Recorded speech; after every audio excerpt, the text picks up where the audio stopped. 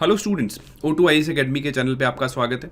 HAS के revision के लिए डी रॉ सीरीज चल रही है और इसमें हम लोग जीएस के इंपॉर्टेंट टॉपिक्स के क्वेश्चंस आपके साथ डिस्कस कर रहे हैं। ये स्पेसिफिक सेशन बनाया जा रहा है इकोनॉमी के लिए और इकोनॉमी में भी मैं बात करूंगा रिजर्व बैंक ऑफ इंडिया और मॉनेटरी पॉलिसी से जुड़े हुए इंपॉर्टेंट क्वेश्चंस की। तो आरबीआई और मॉनेटरी पॉलिसी से करीब 15 क्वेश्चंस मैं यहाँ पे लेके आया हूँ और उम्मीद है कि आपके प्रीलिम्स में अगर आरबीआई और मॉनेटरी पॉलिसी से कोई क्वेश्चन आता है तो इनके साथ कहीं ना कहीं वो रिलेट कर जाएगा, क्योंकि हमने मोस्टली इंपॉर्टेंट चीज़ें जो हैं वो यहाँ पे पिक कर ली हैं। अगर रिवीजन के लिए आपको इस सेशन का पीडीएफ चाहिए तो वो आपको O2IAS एकेडमी की मोबाइल एप्लीकेशन में मिलेगा, जहाँ पे आपको स्टोर सेक्शन में कोर्स है एचएस प्रीलिम्स टेस्ट सीरीज़ का, और इसमें एक फ्री रिसोर्सेज का फोल्डर है जिसमें हम लोग डी रॉ सीरीज़ की सारी पीडीएफ ही उस फोल्डर में अपलोड करते जा रहे हैं। तो आप वहाँ पे जाके इस फोल्डर से इस सारे जो पीडीएफ्स हैं उनको रिवीजन के लिए ले सकते हैं।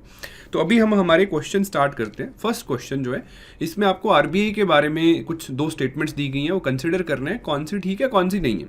तो चेक करते हैं। पहली स्टेटमेंट ये कहती है कि आरबीआई को एक्वर्थ कमेटी की रिकमेंडेशन पे सेटअप करा गया था, और दूसरी स्टेटमेंट कहती है कि it was setup as a shareholders bank but nationalised in 1949। तो कौन सी ठीक है बताइए। सो स्टेटमेंट 1 जो है वो गलत है क्योंकि वो एक्वर्थ कमेटी नहीं थी, मैं बताऊंगा कौन सी। स्टेटमेंट 2 ठीक है, तो इसका आंसर जो है वो 2 ओनली हो जाएगा। स्टेटमेंट 1 इसलिए गलत है because RBI was setup at the recommendation of Hilton young commission. Acworth committee जो है वो रेलवे से रिलेटेड बनी थी 1924 में, जिसने कि यूनियन बजट और रेलवे बजट को सेपरेट कर दिया था। अब हमने बाद में जाके अरुण जेटली जी के टाइम उसको दोबारा मर्ज किया ना, तो वो पहले इसको सेपरेट कर दिया गया था 1924 में, वो थी एक्वर्थ कमेटी। बाकी जो सेकंड स्टेटमेंट है वो ठीक है। आरबीआई एक्ट जो 1934 है इसने आरबीआई को बनाया as a shareholders bank, और उसको 1949 में हमने जाके नेशनलाइज करा। कुछ और इंपॉर्टेंट फैक्ट्स हैं आरबीआई के बारे में कि आरबीआई आने से पहले जो फंक्शंस थे वो कंट्रोलर ऑफ करेंसी या जो इंपीरियल बैंक ऑफ इंडिया है वो परफॉर्म किया करता था, जो मॉनेटरी जो सेंट्रल बैंक के जो फंक्शंस थे देश में, ब्रिटिश इंडिया में। उस टाइम तो ब्रिटिश इंडिया ही था ना।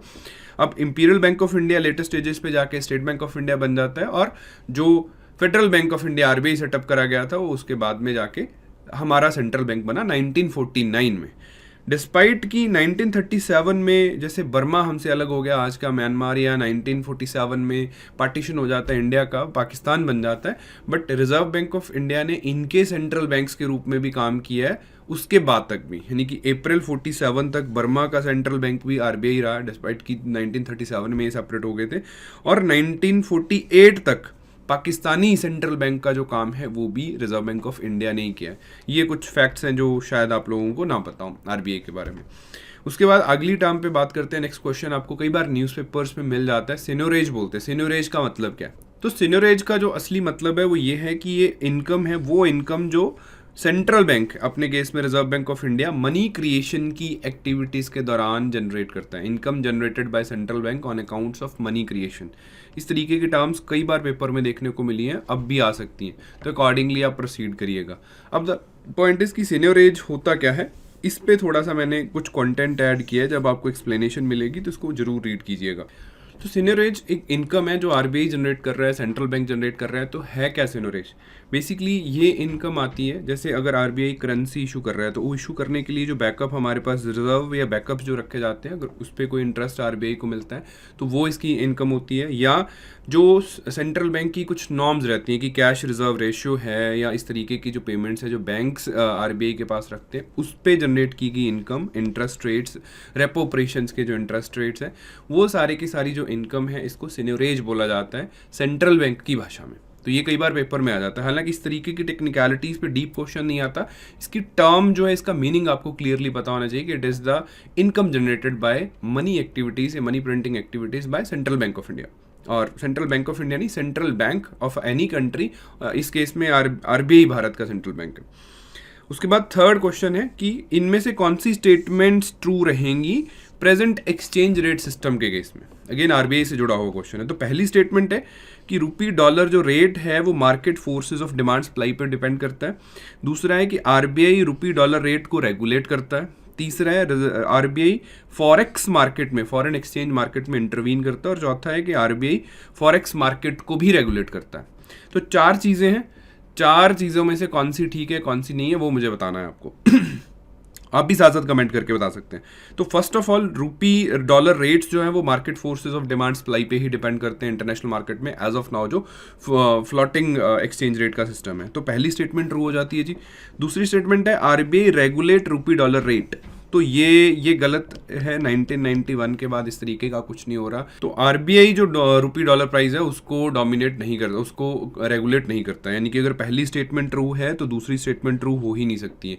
ये डिमांड सप्लाई पे ही डिपेंड करेगा। तो ईदर 1 और 2 एक ऑप्शन में मिलेंगे। उसके बाद तीसरा है कि आरबीआई फॉरेक्स मार्केट में इंटरवीन करता है। यस, हम फॉरेन करेंसीज के साथ इंडिया का जो एक्सचेंज रेट है उसको रेगुलेट नहीं करते हैं, लेकिन आरबीआई इंटरवीन जरूर करता है। कई बार हमें लगता है जैसे अभी रूपी की वैल्यू बहुत गिर रही है तो हम हमारा फॉरेक्स बेच रहे हैं, फॉरेन करेंसीज बेच रहे हैं, वो डिमांड सप्लाई बैलेंस करके हम लोग रूपी की प्राइस को स्टेबलाइज कर सकते हैं। तो that is the kind of intervention forex market में जो आरबीआई टाइमली बेसिस पे करता है हमारी कंट्री के करेंसी के प्राइस को स्टेबल करने के लिए। तो third statement is also true. दूसरी गलत होगी, थर्ड ट्रू है। आरबीआई फॉरेक्स मार्केट को रेगुलेट करता है, बिल्कुल करता है जी। कौन फॉरेक्स में डील करेगा, किस प्राइस पे, किस कमीशन रेट पे करेगा, कौन इन्वेस्ट करेगा, कौन नहीं करेगा, वो सारा जो रेगुलेशन है फेमा के under, foreign exchange management act का जो मेन गार्डियन है वो आरबीआई ही है। तो चौथी स्टेटमेंट भी ट्रू हो जाती है। तो स्टेटमेंट सेकेंड गलत है। अगर मैं ऑप्शन देखता हूँ तो सी ऑप्शन निकल के आता है। ठीक है जी। तो इस तरीके से हम लोग प्रोसीड करेंगे आगे।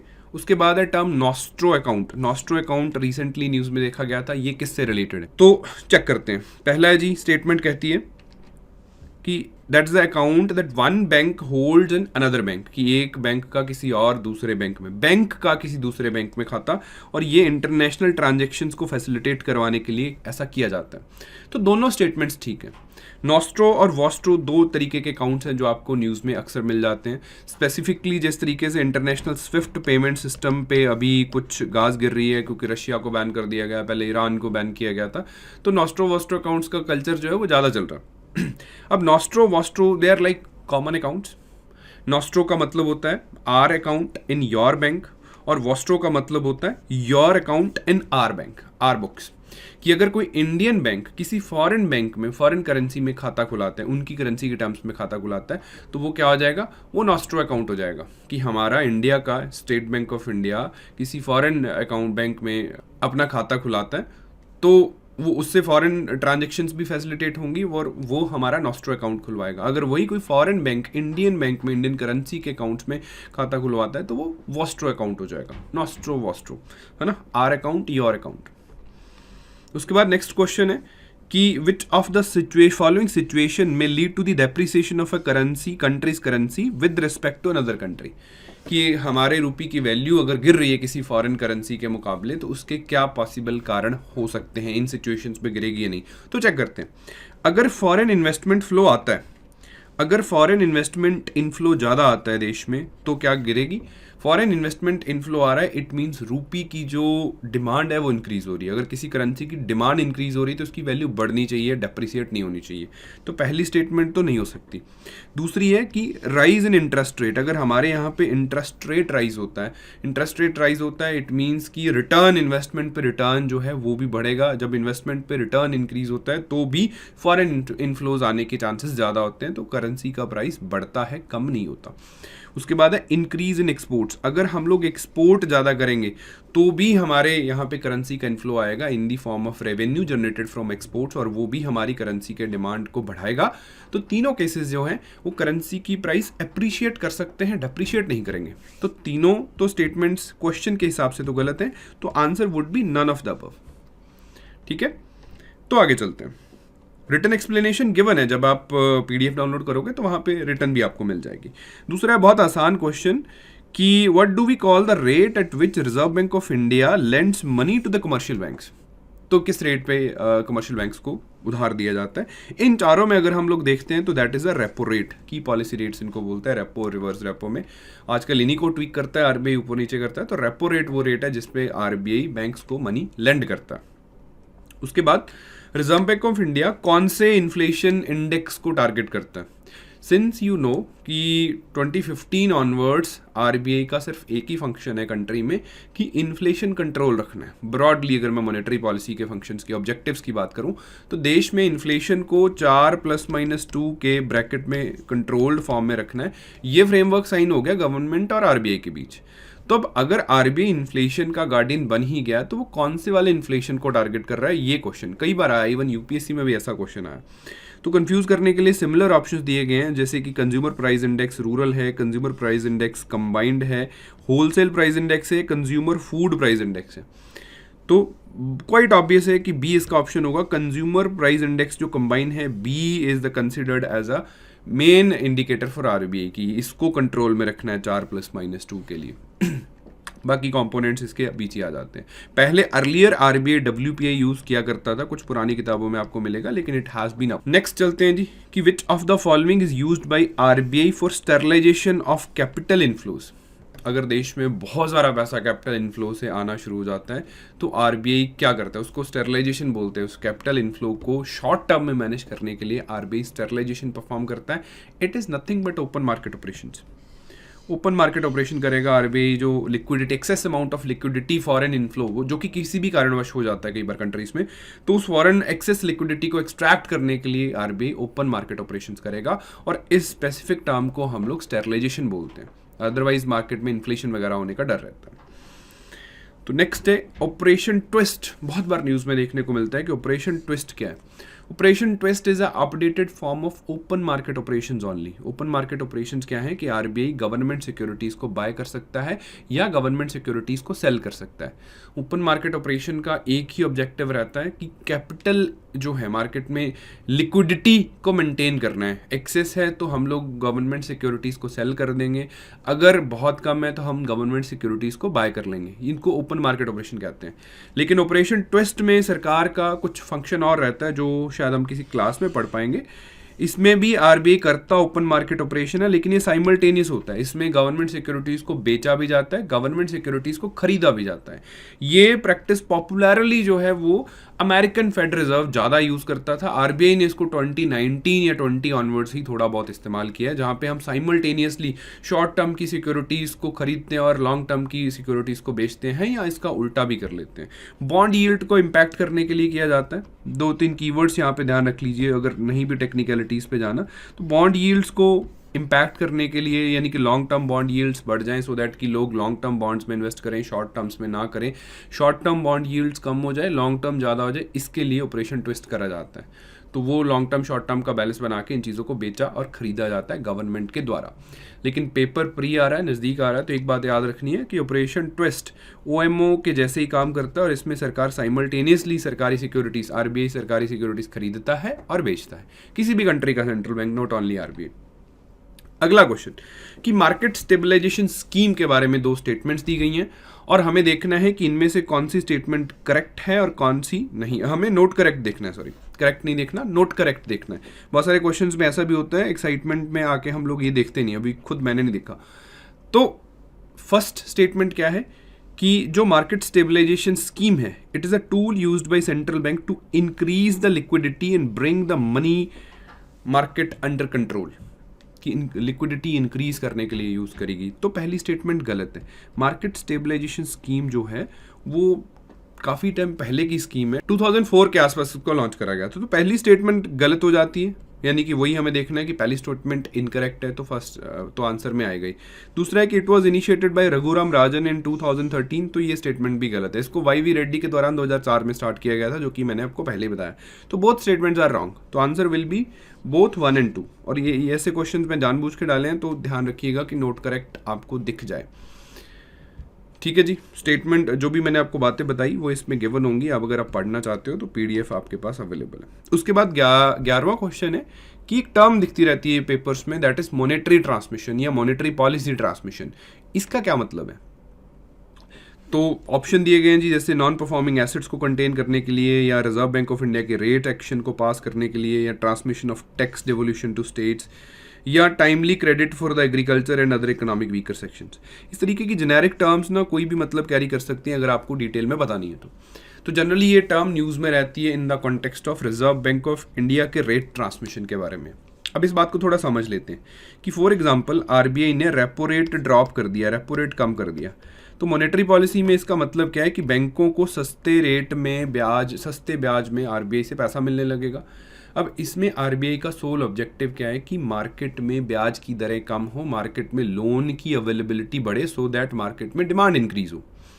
अगर रेपो रेट कम करने के बावजूद भी मार्केट में ब्याज की दरें बैंक्स कम नहीं करते हैं या किसी कारणवश कम नहीं करते हैं, तो हम कहेंगे मॉनेटरी पॉलिसी का ट्रांसमिशन बंद हो गया या कम हो गया, कि मॉनेटरी पॉलिसी ट्रांसमिशन डिले हो रहा है, स्लो हो रहा है। अगर सिमिलरली फट से आरबीआई रेपो रेट कम करता है और मार्केट में इंटरेस्ट रेट्स इसके साथ ड्रॉप होना शुरू हो जाते हैं, तो इट मीन्स मॉनेटरी पॉलिसी का ट्रांसमिशन बहुत एफिशिएंट चल रहा है।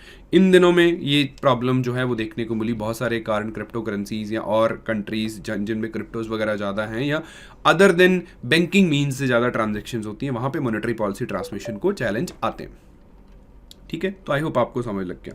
उसके बाद अगला क्वेश्चन है that is related to monetary policy committee MPC, कि कौन सी स्टेटमेंट्स है जो करेक्ट है। तो पहली बात कि it is statutorily mandated to determine the policy rate required to achieve the inflation target, which is kind of correct. उसके बाद मेंबर ऑफ पार्लियामेंट और any state legislature can not be appointed as a member of MPC by central government. तो दो चीज़ें, दूसरी statement यहाँ पे गलत है, पहली स्टेटमेंट ठीक है। आरबीआई एक्ट को, जो आरबीआई एक्ट है इसको 2016 में हमने अमेंड करा, जिसके अंडर मॉनेटरी पॉलिसी के रिलेटेड जो सेक्शंस हैं, सेक्शन 45ZB जिसको बोला जाता है, उसको अमेंड करके हमने इसके सारे प्रोविजंस वहाँ पे डाले। और कुछ चीज़ें हैं जो एमपीसी के बारे में आपको पता होनी चाहिए। इसका आंसर तो वन ओनली रहेगा, पहली ठीक है, दूसरी नहीं ठीक है, क्योंकि सरकार एमपी वगैरह वहाँ पे नॉमिनेट नहीं करे जाते हैं। पहली बात कि मॉनेटरी पॉलिसी का जो सेक्शन है वो सेक्शन 45ZB जो आरबीआई एक्ट का है उसको अमेंड करा गया। ये नहीं भी याद रहेगा तो इट्स परफेक्टली फाइन, ऐसी बहुत रट्टा मार चीज़ें कम आती हैं पेपर्स में। इसके मेंबरशिप्स पे कई बार क्वेश्चन आ जाते हैं। According to this section 6 members would be there. RBI का गवर्नर जो है वो एक्स ऑफिशियो चेयरमैन रहेगा मॉनेटरी पॉलिसी कमेटी का, डिप्टी गवर्नर जो है वो मॉनेटरी पॉलिसी का इंचार्ज रहेगा, और कोई भी ऑफिसर जो है वो आरबीआई की तरफ से, जो आरबीआई का सेंट्रल बोर्ड है वो नॉमिनेट करेगा। तो 3 मेंबर्स आरबीआई की तरफ से आते हैं इस कमेटी में।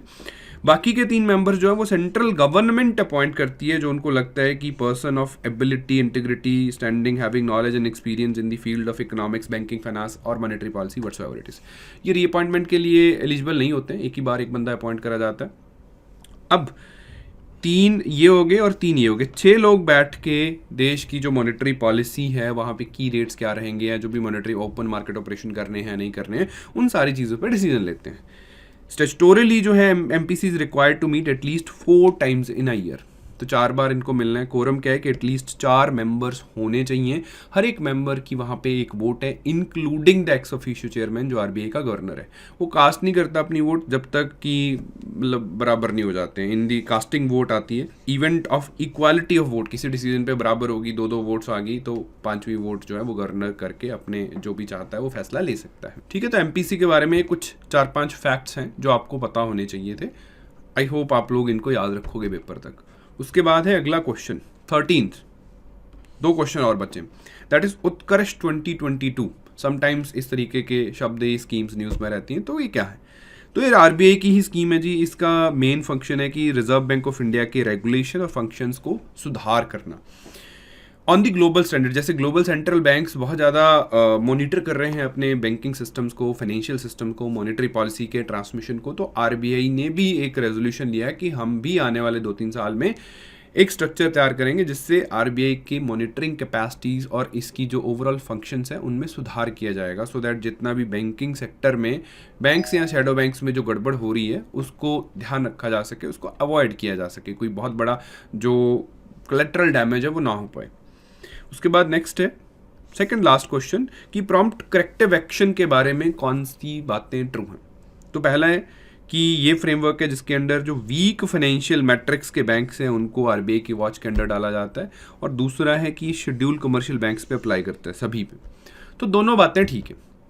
जिन बैंक्स की फाइनेंशियल मैट्रिक्स ठीक नहीं होते, एसेट क्वालिटी रिव्यू या कैपिटल एडिक्वेसी रेशियो जैसी चीज़ें जो हैं, आई होप कि ये रेशियोज आपको पता होंगे, ये बेसिक क्वेश्चंस तो आप करके बैठे होंगे। कैपिटल एडिक्वेसी रेशियो है, रिस्क वेटेज एसेट्स का जो रेशियो है वो ठीक नहीं है, उनके नेट एनपीए जो नॉन परफॉर्मिंग एसेट्स हैं उनका रेशियो ठीक नहीं चल रहा है, तो या इस तरीके के 2-3 और पैरामीटर्स हैं। अगर आरबीआई को लगता है कि फाइनेंशियल मैट्रिक्स ठीक नहीं है तो उस बैंक को डाल दिया जाता है प्रॉम्प्ट करेक्टिव एक्शन के अंडर, जिस पे बैंक पे कुछ वैलिड रिस्ट्रिक्शंस लगाए जाते हैं, जैसे उनकी ब्रांच एक्सपेंशन को रोक दिया गया, या उनकी लोन जनरेशन जो है वहाँ पे भी कुछ रिस्ट्रिक्शंस लग जाते हैं। एब्सोल्यूट नहीं होते, लेकिन अकॉर्डिंगली सब्जेक्टिव होता है, जिस बैंक के जिस तरीके के हालात हैं वैसी सी रिस्ट्रिक्शंस, यानी कि कुछ फोर्स्ड रिफॉर्म्स आरबीआई बैंक पे इम्पोज करता है जो उनको माननी पड़ती है।